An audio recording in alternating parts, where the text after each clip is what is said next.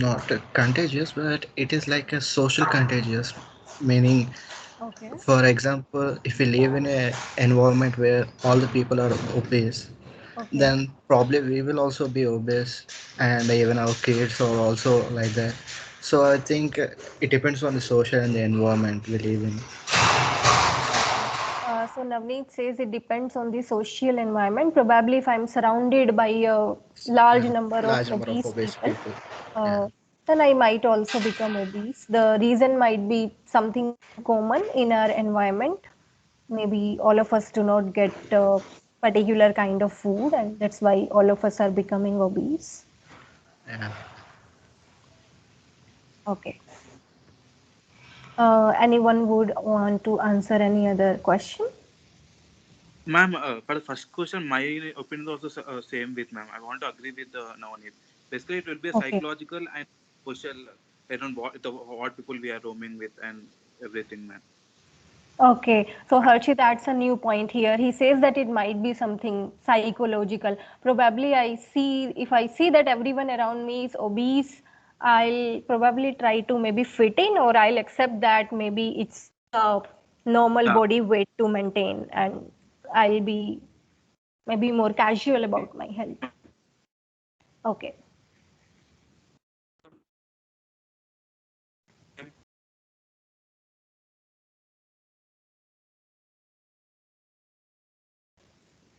Mm.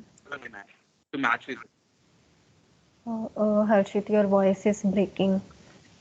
Okay, ma'am. According to the human psychology, a person don't want to be an odd one. Means if there are five people, the sixth one is the new one.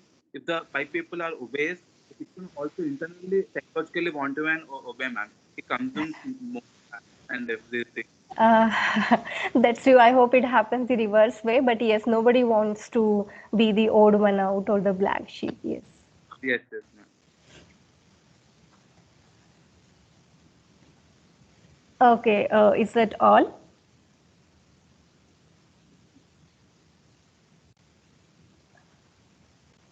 Okay, that's fine. So I pose these four questions to you. And it might seem that these questions are quite unrelated. One talks about obesity, one talks about job opportunity, one talks about how Google works. But what we will be seeing in this course is how to address these questions. So the logics behind all of these questions and looking more into it is actually all about networks. And it might not make a sense out of it currently. How do we have networks sitting at the bottom of all of these questions? So that is what something we'll be addressing in this course. Uh, okay. So as I told you, this course, complex networks, it's an extension of graph theory. So in what way does it extend graph theory? Can someone tell me where it all started? So when we started looking at the real world problems as graphs. So there was a first time when someone realized that, okay, I have this real world problem at hand, and to solve it, it will be nice if I chart it out like a graph with nodes and then edges connected to that. So which was the first problem which was addressed in this particular way. So you might have heard of this conventional problem in your discrete maths or graph theory course. Anyone?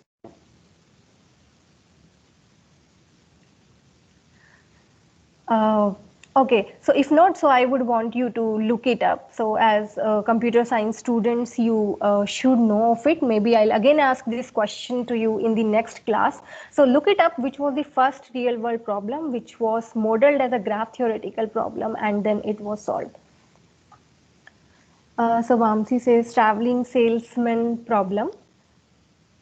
Uh, Okay, traveling salesman problem is one of the problems which we solve using graph theory. But before that also there was one particular problem from where it all started. Anyone has a different answer? Okay. Ma'am, I don't know, but I think some ciphering they used graphs for that. Some ciphers. Okay, maybe you some can use. charts and like that. Okay, maybe you can use graphs to solve some Coding ciphers. and decoding. Yeah. Okay, encoding and decoding. So these are some applications of graph theory which you are telling me, but still I'm very particular about that one problem. I think it was in around 1800s when first time somebody has looked at a problem in terms of graph theory. Ma'am, my random guess is basically the post office people to deliver the postcards and like that. Uh, okay, again, it's an ancient problem and it comes close to the traveling salesman problem. Shortest Okay. path algorithm. Uh, again, very close to the traveling salesman problem. Have you heard of this problem called the Seven Bridges of Königsberg? No. Okay. Uh, so look it up and maybe I'll discuss about it more in the next class. So that was the first problem which was modeled as a graph theory problem and it has given rise to something which is called Euler graphs, which I hope all of you have heard. Uh, Okay, so how this course is different from the graph theory course. So generally when we talk about the graph theory course, you deal with very structured networks. So can you tell me a few graphs which you have dealt with in your graph theory course?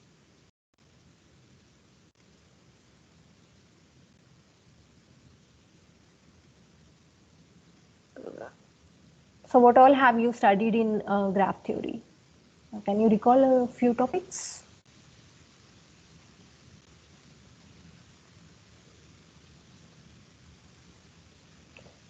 I can type in the chat window.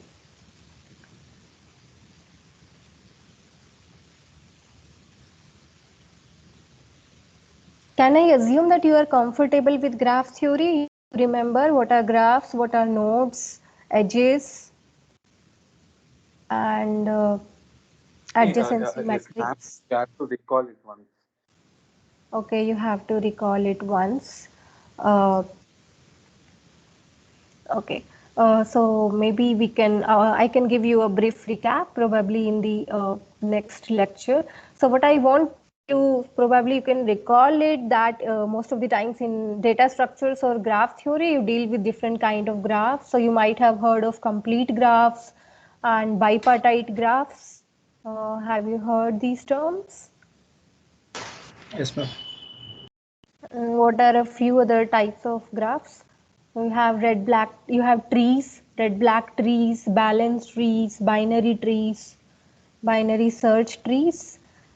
So Yes, I'm ma'am. just yes, you remember all those, right? So Yes, definitely ma'am. you don't need a knowledge of all those to get started with this course. So what I'm just trying to convey to you here is in graph theory you deal with these very well structured graphs such as a bipartite graph, complete bipartite graphs and stuff like that. And maybe if you have heard of Peterson graph, so or grids, very well defined networks. But in this particular course, complex networks, the graphs which we will look at are the real world networks which may be very big, like a graph on Facebook. So what will happen in a Facebook graph, every person will be a node, and if two people are friends they will be connected with an edge, and this graph will be huge. So it won't be a graph on just 10 or 20 nodes, it will be a graph on billions of nodes. So that's why we call these networks complex. These are very big, and so on an outset they might appear to be very chaotic to you. So when you look at a complete graph or when you look at a Peterson graph, it looks very organized. But if you look at a real world network such as a Facebook graph, it might appear very chaotic to you. But what our aim in this course is to look at certain patterns in that chaos also. So one thing which is very interesting about complex networks is actually a quote which says that the sum is actually greater than the parts. So what do I mean when I say that? So let me pose this question to you. So assume this is the time when you are in your fifth standard sitting in a boring class about to doze off, and definitely an offline class and not an online setting like this, and suddenly your entire school is set on fire. Fortunately all of you are evacuated safely, Now you have to curb that fire. So your school is still burning. So maybe being a student, you don't want to do that. Assume you are the principal of the school and you want to curb that fire. In order to do that, I give you certain resources here. You have a well, maybe at a few meters away from your school, and you have an ample number of buckets and the well is full of water. So can you think of an algorithm to curb this fire as quickly as possible? So one way definitely is everyone goes around running with their own bucket, fetches the water and puts it on the fire. Is there a better way to do it?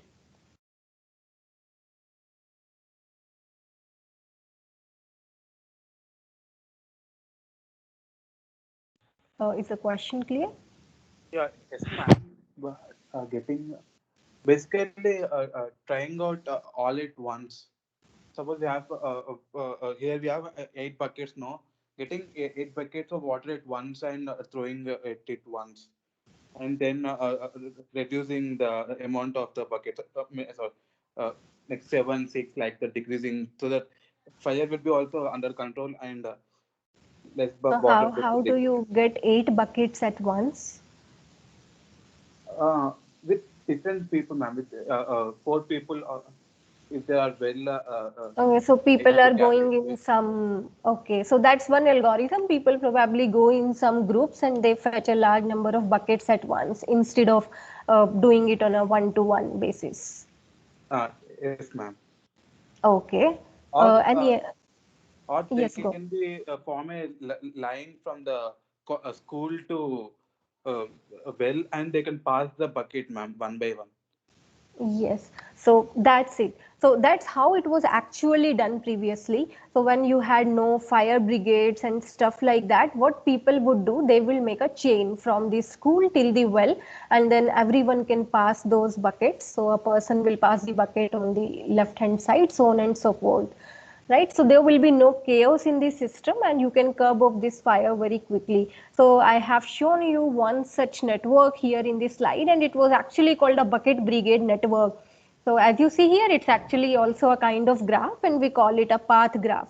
So this graph here, it has 100 nodes and 99 ties. So again, when I say that sum is greater than its parts, what I mean here is, so when you look at these 100 people here, when they were disconnected and all of them were separately running with their own buckets, it was like a crowd and people were not having that form of a power, which they have when they form this line. So they can do this task very easily when they form a line. So again, we have only those 100 people here, but when they connect in the form of a network, they have a greater power. And that power is more than just the power of 100 people put together. As another example, so let's say we again take these 100 people and these 99 ties, and instead of putting them in this fashion, we put them in this fashion. So if you look at this graph here on the right hand side, it again has 100 nodes, it again has these 99 edges, but it's completely different and it has a different kind of a power. And the power it has is, can would someone like to guess?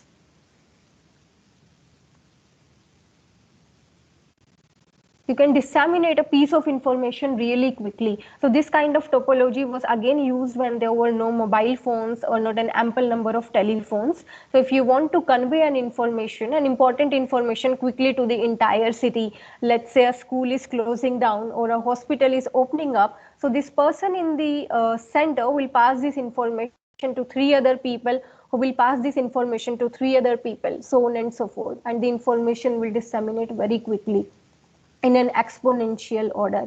So that's what I mean by when we say that the sum is greater than the parts. So you see such kind of networks almost everywhere. So when we talk of chemistry, can you identify these two elements? So one is Graphite. yes, so this one is graphite here and this one is diamond here, right? And both of these are just made up of carbon atoms, but their properties differ substantially. So when you look at graphite, it's soft and dark, diamond, it's hard and clear. And again, the entire difference in the formation of these compounds is how these atoms connect with each other. And again, there are certain patterns hidden here. So whenever what all we'll be studying in these courses, so look at this. So again, it's a superstructure. So what is a superstructure here? So these are the atoms, and when you combine them in a certain order, so you get a superstructure which has a significantly different property, which may be very different from the property of the atom itself. So look at water. You have hydrogen and oxygen, which perform the task of igniting a fire more. But when you put them together, you get water, which actually curbs that fire. Look at this flock of birds here. So again, you get a very nice pattern here. So how do these birds maintain such a synchronization that they can fly around with such a flock here? So these birds, they are constantly communicating with each other, right? And it has some underlying pattern. So one of our major aim in this course will be to look at these different kind of networks, so which can be a friendship network, which can be a compound, which can be, let's say, internet, which is again a network where nodes are the computers and connections are the again the connections between these computers.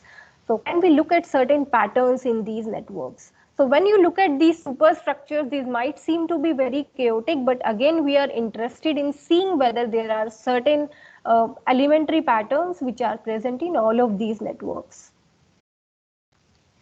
So I actually wanted you all to look at this video. Uh, okay. So maybe I'll leave out this part, course contents, for tomorrow, because in this session I just wanted to give you an introduction to this course. Okay. So what I want you to do is to watch this YouTube video. So this YouTube video actually shows you a network on the scientific publications. Whenever somebody has an idea, they write a paper and they get this paper published. And what this video will show you are the connections between certain publications. So how do these publications connect? Let's say I have an idea, I wrote it down and I published it. Then you read my paper, you got some other idea which was probably inspired from my paper, and then you write another paper which might be better than my paper, but then you give me the required recognition for my work. So that's called citing in an academic environment. So I say I had an idea and you cited my idea, or your paper cited my paper. So that's the connections here. So the notes are the papers and the connections are the citations. So this network, it was formed in the year 2019 by the most recognized journal in academia, which was Nature. So while you watch this video, what I want you to keep in mind is, although the video which you are seeing here is a network on academic publications, but you will see similar networks everywhere. So you are going to see a dynamic network which is evolving in time, and exactly in this almost similar fashion, your friendship networks evolve, your brain networks evolve, protein-protein interaction networks which are there in your body, they evolve in a similar fashion, even the ecological network. So you must have heard about the food chain.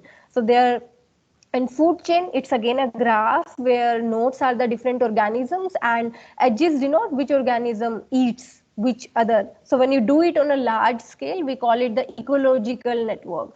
So in the similar fashion, your ecological networks also evolve, and the video is also going to show you a few of the patterns which I'm talking about. So when you first look at this graph, it might appear to be chaotic to you, but the video is going to show you certain peculiar patterns which are present in this graph. So what I'll do is I'll paste the link to this video here.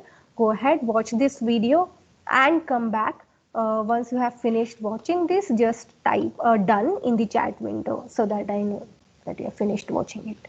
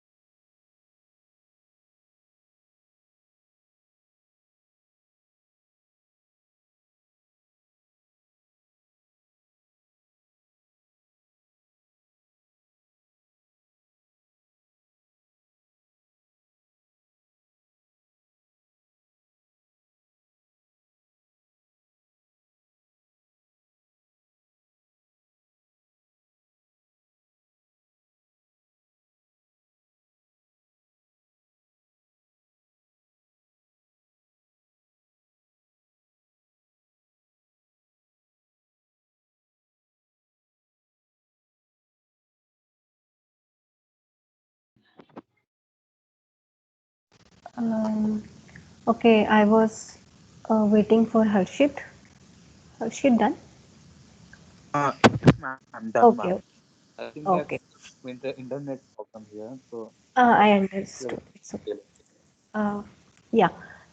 So these are the kind of networks we'll be looking at this, we'll be looking in this course. We'll also be looking into this kind of visualization, and we'll be looking at many other things. So one of the things being community structure, which was being discussed in this particular video.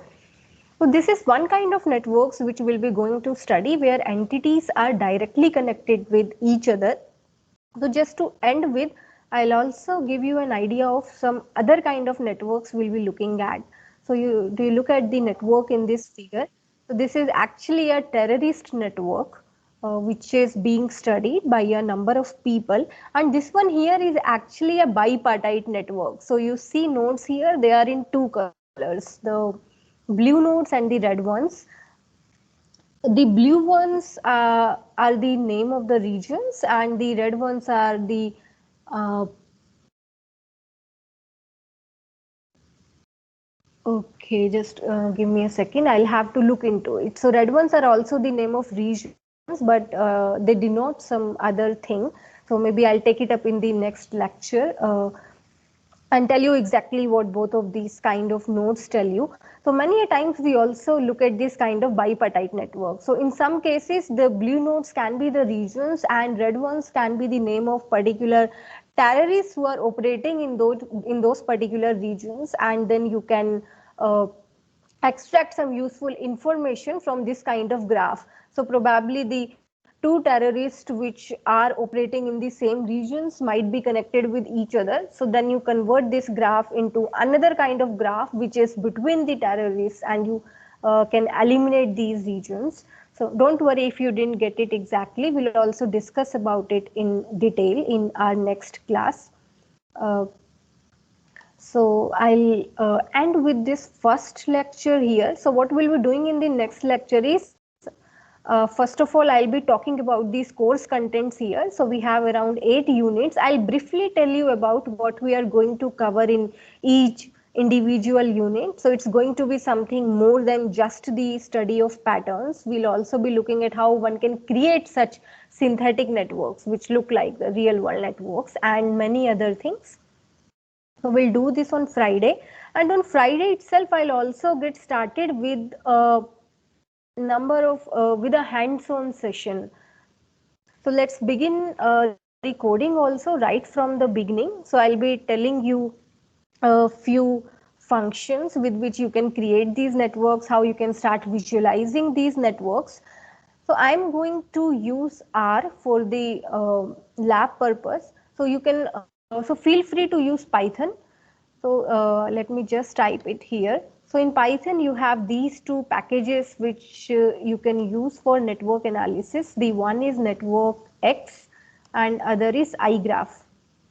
I'll be using iGraph in R. So install RStudio for your Friday's class. RStudio I'll be doing in detail here for the network analysis. The reason I'm doing it in R is because of the better visualizations which R offers you, and also a larger number of functions. If you want to stick to Python, again I'll recommend iGraph over network X. And also for Python, network X and iGraph, you'll find a number of online resources. You might not be able to find it for R. So I'll also give you those resources, and you can use them to get started with network analysis in network X and iGraph. So for the classroom purpose, I'm going to use R. You feel free to use network X and iGraph for your projects. And about projects also, I'll be discussing in the class on Friday. So make sure you install RStudio for the next class so that you can code simultaneously with me as I'm doing it. Will Okay, any doubts? If not, we'll end the class here.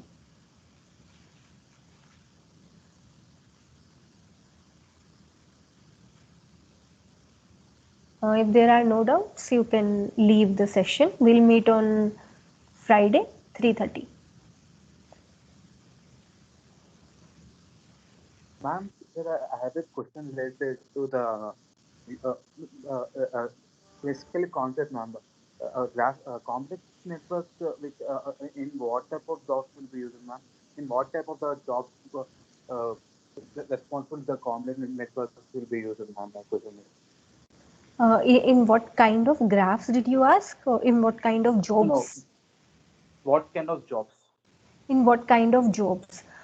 So see, it's generally used in, let's say you are conducting some study on cancer, and you are doing a study, you want to find out how you can cure cancer. It's one study on its own.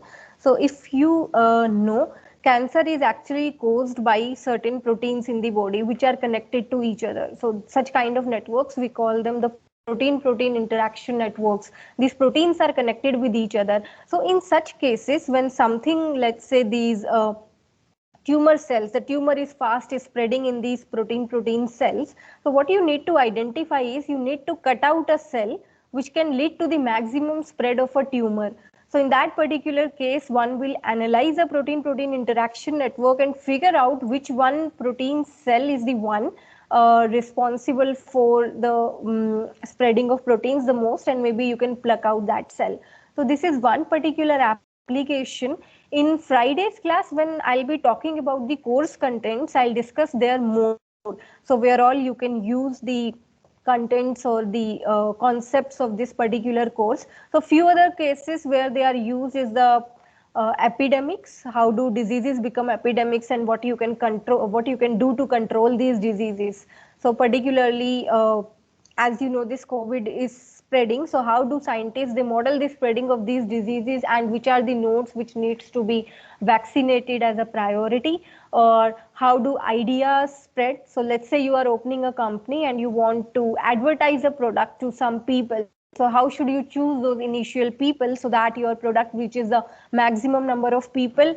And then how do people make decisions? How do opinions propagate? And we are also going to discuss how riots occur in a population and what you can do to curb them. And then we are also going to look at certain advanced topics, maybe detecting communities. So if you have a course in machine learning, it's called clustering there, and Yes, a yes, ma'am. few other topics. So maybe I'll discuss Ma'am, about it in detail in the Friday's lecture. okay. Okay, ma'am. Okay, ma'am. Thank you, ma'am. Welcome, Harshit.